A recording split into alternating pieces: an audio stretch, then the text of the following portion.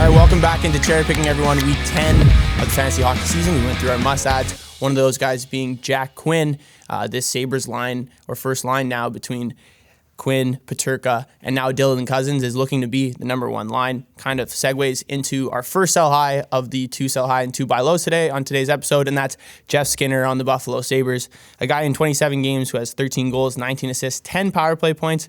He's been unreal this year, but I think he's playing a little bit too well at the moment. He's over a point per game, which I don't think is necessarily unrealistic for Skinner, but his numbers I don't think are sustainable. Over the last 30 days, he has 10 goals, 10 assists in 14 games, which is awesome, but that's off the back of a 24% shooting percentage, which is the third highest among league leaders in points over the last 30 days. So you're looking at guys like Sidney Crosby and Malkin, guys who are at about 20%, 18%, something that they've been at the course of their career. Jeff Skinner, not really a 24% shooting percentage guy. No one in the NHL is, to be honest.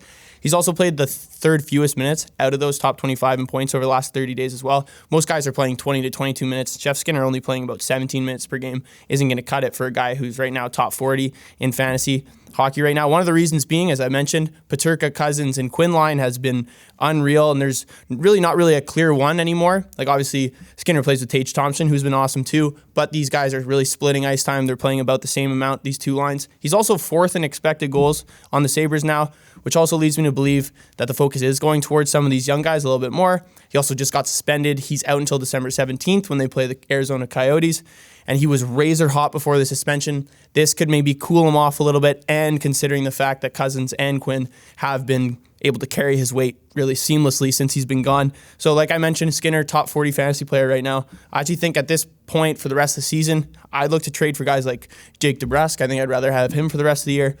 Alex DeBrincat, and then obviously Panarin hasn't had a great start to the year, and obviously might be hard to trade Jeff Skinner for Artemi Panarin, but a guy who's much further down on the fantasy points list right now. All right, our next sell high this week is Anze Kopitar, once a fantasy wagon, some might say. He was in his fantasy Duffy for years, but the tides are starting to change a little bit. This LA Kings team is starting to switch to some of these younger guys. Sure, Anze Kopitar, 27 points in 32 games. At first glance, a lot of people might think like that's awesome, but one interesting thing to note about his consistency. Out of the 32 games he's played this year, 16 of them he's gone pointless. So a lot of these games what he's having are having 2-point games, 3-point games, which is great. But if you're looking for a more consistent fantasy top 75 guy, Anze Kopitar isn't really being that one for you right now if you have him on your team. And you just look at his production compared to his teammates. He's 7th on his team in expected goals, which he's behind guys like Arthur Kaliev, a guy who's really starting to take his stride on this Kings team. Victor Arvidsson, Adrian Kempe, Kevin Fiala, Velarde, and Trevor Moore are all ahead of him in expected goals. He is 3rd in goals right now, but I think the tides, like I mentioned, are going to turn a little bit. I don't think he's going to have the same amount of scoring opportunities as some of these younger guys have been able to. I think there's just this slight change now where on this LA Kings team, he's not the guy anymore. There's just a couple guys that are playing with him, a couple guys getting the same amount of offensive opportunities. His value is probably, in my opinion, the top.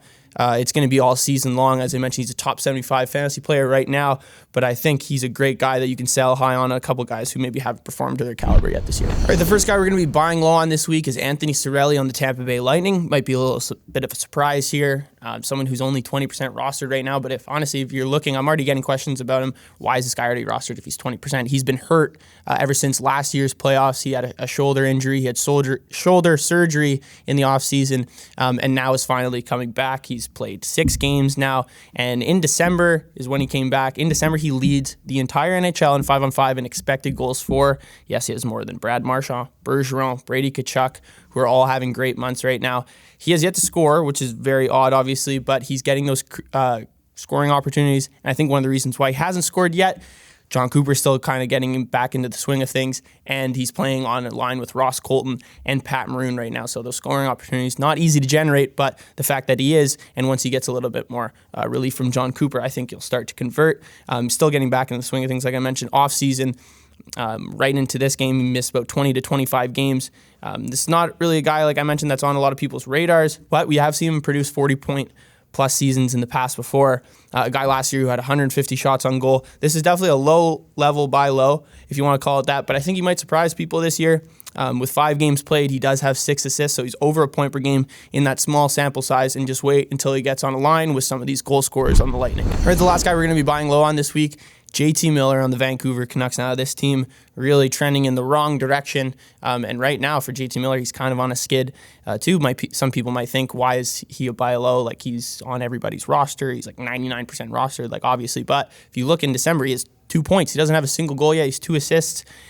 We saw a very similar start for JT Miller at the beginning of this year, just 3 points in his first 6 games, but then he fired off 17 points in the month of November. This guy clearly just has points in the season where he has dips, but you need to take advantage of that. So if you didn't get him at the first buy low spot, this is almost like a second buy low spot, especially the fact that Vancouver is, like I mentioned, trending in the wrong direction.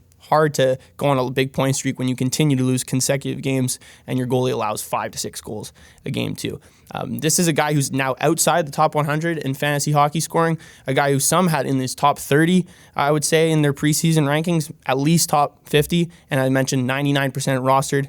His stats here in early December are just unlucky, to be honest. If you look at them, his shooting percentage is 2.5%. We've really never seen a season where JT Miller is rolling at a 2.5% shooting volume. That's insanely low. Through that stretch, his high danger chances, though, have been there. He just hasn't really been able to convert. 50% high danger chances for so far in December, and then his expected goals for is 3, but he has none to show for that right now. So look for some positive regression coming his way, and he's also playing on the line with Bo Horvat, who has been playing probably a little bit better than we've usually seen Horvat play, but still scoring at an insanely high rate. In JT Miller last year, 60 plus assists, 99 points. This guy is definitely going to come back into a form of, I think, a top 75, top 50 guy. So definitely a good time to buy low on JT Miller. Thank you guys for watching. That's all for buy low, sell high for week 10.